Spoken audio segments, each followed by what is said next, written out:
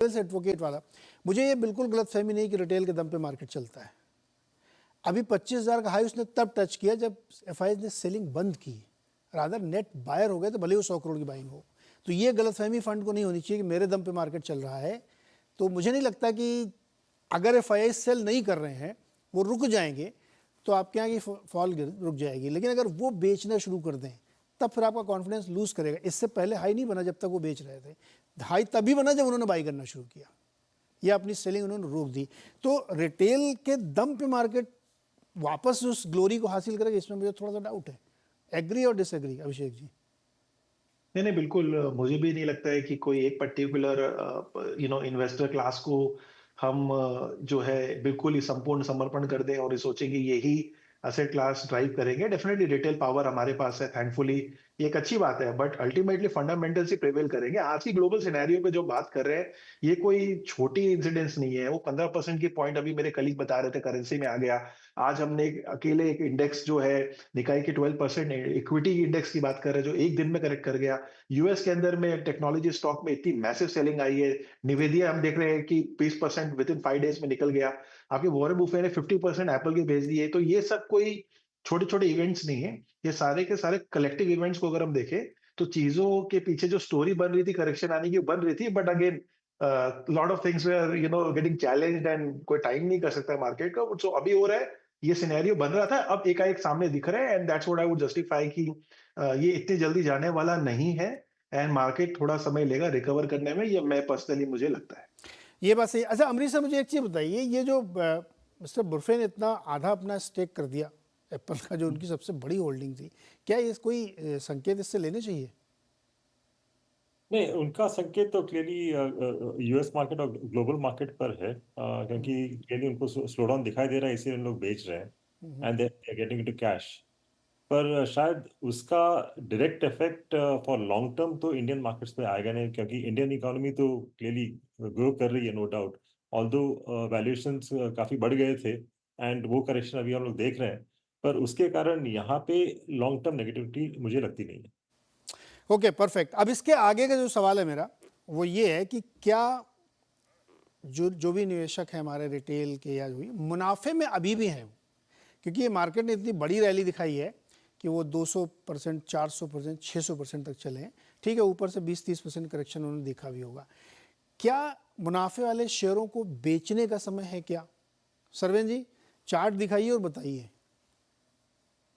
नहीं, बिल्कुल। देखिए, निफ्टी का जो चार्ट हमने फ्राइडे को दिखाया था, वही अगर दोबारा हमने उसी को अपडेट करके दिखा रहे हैं कि देखिए एक लार्जर मल्टी ईयर 10-12 साल के रिस्क रिवॉर्ड की बेसिस पे आप अपर सप्लाई लाइंस के आसपास थे। ये अब जब बैंक निफ्टी का चार्ट आप देखेंगे तो ये चीज और ज्यादा लाल, मतलब और ज्यादा गहरा के आपको दिखेगी। So I think risk reward areas में आप रिस्की एरियाज के अंदर थे, और जहां न्यूट्रल लाइन कहीं 20,000 के पास होगी और नीचे की तरफ कहीं 15,000 तक के भी स्तर खुले हैं, थोड़े नीचे के भी दिख रहे हैं। बट मैं कह रहा हूँ, just to understand the round number, कि ऊपर में 25, आपकी मीन लाइन जो है वो 20, और उसके बाद एक 15। तो आई थिंक वो 2 सिग्मा रीडिंग्स में आप अपर एंड पे चल रहे थे।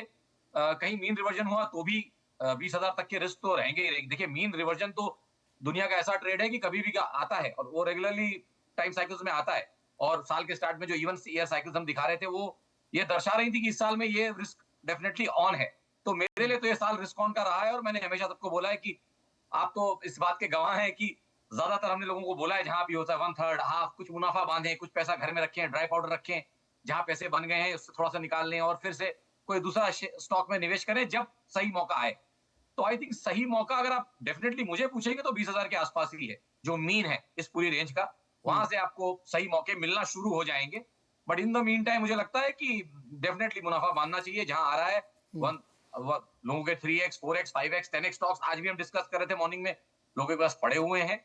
तो आधा मुनाफा बांधे, 1/3 बांधे, 1/4 बांधे, लेकिन कुछ तो बांधे, कैपिटल को घर पे ले जाएं। जिनको एंजॉय करना है एंजॉय करें, जैसे आज एक रिटायरमेंट वाले सर आए थे। नहीं तो जिनको रखना है ड्राई पाउडर रखें। बाजार जब नीचे किसी कारण से मीन के आसपास मिलेगा तो वहां से मौके बनेंगे, ऐसा मेरा मानना है। ओके, गौरांग सर, ये सवाल आपसे भी, क्योंकि सारे दर्शकों के मन में सब यही चल रहा होगा कि मेरा इन्वेस्टमेंट तो अभी भी 3 गुना पे है। ठीक है, ऊपर से थोड़ा सा करेक्शन हो गया, क्या करूं मैं, क्या बेच दूं क्या? जैसे ही वो बेचने आएंगे तो फिर वो एक स्पाइरल होता है कि चल इन्होंने बेचा तो और बेचिए। क्या करना चाहिए निवेशकों को जिनके जिनके सौदे अभी भी बहुत अच्छे प्रॉफिट में बैठे हुए हैं?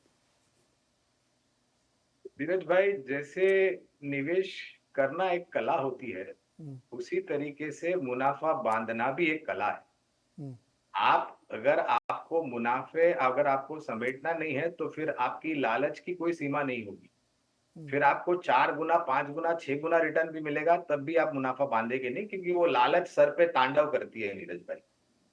तो हम हमेशा ये राय देते हैं कि अगर फर्ज कीजिए कि आपके पास कुछ संख्या में शेयर्स हैं और अगर आपको 20, 25, 30% मुनाफा मिल रहा है या फिर उससे ज्यादा मिल रहा है, तो कम से कम आपका ये प्रयास होना चाहिए कि कुछ संख्या में शेयर बेच करके आप अपनी निवेश की गई पूंजी और उसके साथ उसका मुनाफा घर ले आए।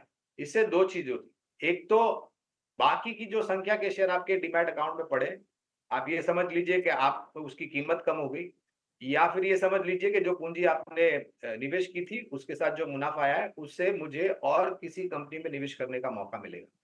ये नोशनल प्रॉफिट पे बैठना, कागजी मुनाफे पे बैठना और फिर उस पर एक खुशी करना, ये मेरे ख्याल से समझदारी वाली बात नहीं है, क्योंकि जैसे मेरे ख्याल से पैनल में अभिषेक भाई ने कहा था कि ना तो आप टॉप पकड़ सकते हैं, ना तो बॉटम पकड़ सकते हैं।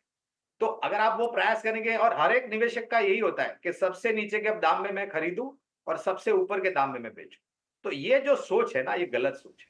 आपको ये देखना है कि आपका हजम हजम करने का कैपेसिटी कितनी है, ताकत कितनी है, और उस हिसाब से फिर आपको कम से कम निरंतर थोड़ा-थोड़ा प्रॉफिट तो बाँधना ही चाहिए। अभिषेक भाई, अब मार्केट में बहुत सारे लोग वो इस थ्योरी को मानते हैं कि सबसे अच्छा और सबसे बुरा दिन आपके इन्वेस्टमेंट में मिस होता है। अगर सबसे बुरा दिन आपने मिस किया तो आपका रिटर्न थोड़ा कम रहेगा।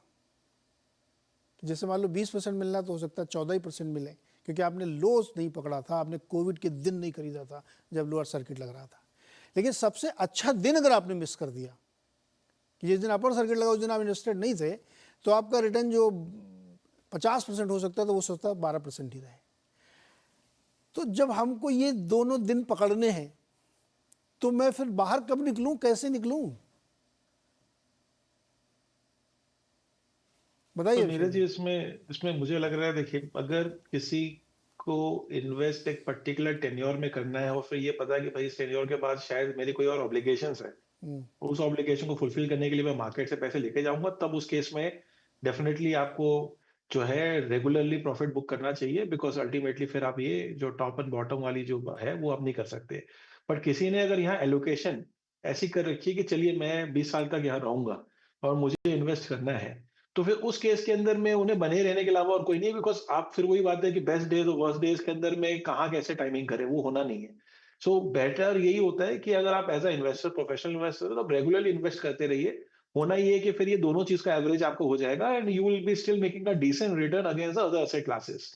जहां बात ट्रेडर मेंटालिटी की आ जाती है, जहां बात शॉर्ट टर्म विजन की आ जाती है, या अपॉर्चुनिस्टिक की आ जाती है कि चलिए मेरे पास कुछ आइडल पैसे पड़े हुए बैंक में, अब मैं उसको कैसे ऑप्टिमम यूटिलाइज कर लूं, तो सब के सब आज के टाइम में ये हो रखा है कि सब के सब मार्केट में आ गए।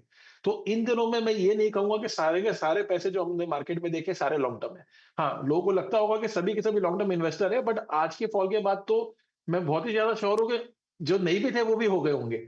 So point being that hot money which was flowing because markets were doing so well, वो एक बहुत बड़ा ट्रबल था जो कि अभी वो थोड़ा क्लीन अप होगा।